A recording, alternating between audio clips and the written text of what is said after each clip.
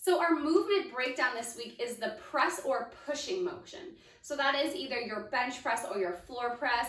That could be your push-up or even a TRX press or a banded press. So a press or push is pushing away versus pulling. So a big thing with the pushing motion is if you don't have very good shoulder stability or the ability to retract and depress your shoulders, you're gonna have a little bit harder time pushing, and your your risk of injury will go up. So I a lot of times make sure my clients in my classes know how to actively retract their shoulder blades and depress their shoulder blades. And so when they press, those positions stay the same. So that's, again, comes back to the stability of the shoulder and shoulder girdle versus necessarily the strength of the chest. So just to start, we're gonna do a little setup for our bench press or our floor press, which in this case, I'm gonna do a floor press because I have my dumbbells. So most of the time in our regular exercises, we want that low back pressed into the ground. However, a lot of times for this specific motion, even me right now, when I'm really actively pushing down, my shoulders start to roll. So in this case right now, my shoulders are not retracted. So when I set myself up for that bench press or floor press, what I'm gonna do is pull my shoulders together, that retraction, depress, and I keep them there. So now my middle back is elevated a little bit. No big deal, that's fine. I can still engage my core.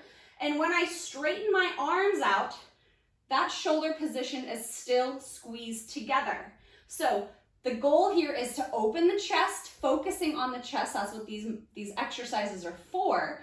But I'm also not putting my shoulder blade or my shoulder joint at risk, because when I press, I'm not reaching forward.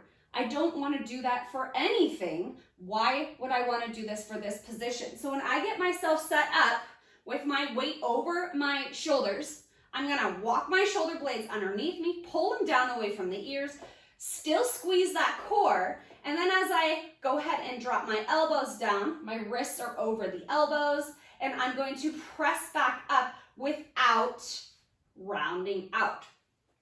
The idea with that is keeping that shoulder blade in the back of its socket, or that shoulder joint, right? The ball and socket joint is pushed back. When I press, I'm not letting it pull forward. So when that shoulder, the ball and socket joint kind of pulls forward, that's where you get that impingement or increased risk of injury through the rotator cuff. Next step is our push-up. So push-ups are always tricky. They're 1, stability through the shoulders, 2, chest strength, also a lot of core stability and control. So the biggest thing I'm going to talk about again is that same idea of shoulder stability. So when I go down for my push-up, just say I start from the ground, okay? Hands are kind of underneath those armpits.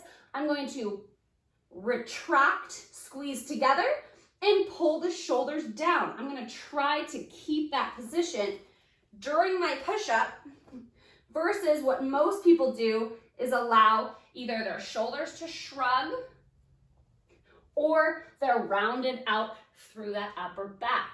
So the same idea, when I do my push-up, I'm going to depress and retract, push up, and try to keep that position. Over and over again, I see people doing push-ups in this position, shoulders are shrugged, and of course their shoulders are gonna hurt. So take your time, be really active in that push-up. Even if you're not starting on the ground, I'm starting in my perfect plank, whether that's knees or toes, pull the shoulders down, nice engaged back. Your back should always be engaged and on when you're doing a chest exercise, because that's where the stability of your shoulder comes from. So my shoulders are stable, they're pulled down away from the chest. I'm not allowing them to shrug the entire range of motion. The other thing we don't want to do is let our shoulder blades collapse together. So really avoiding this, because then again, I'm not really using my muscles of my back. So even though I'm pushing, I'm actively stabilizing with my back muscles. So take a little bit this week, check out your bench press, check out your push-up or your floor press, making sure you're not allowing any shrugging to happen or collapsing to happen or rounding to happen. Start with that down, back, and try to hold that the whole time.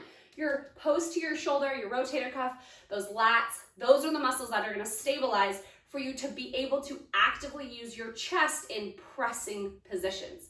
So good luck, and let me know if you have any questions.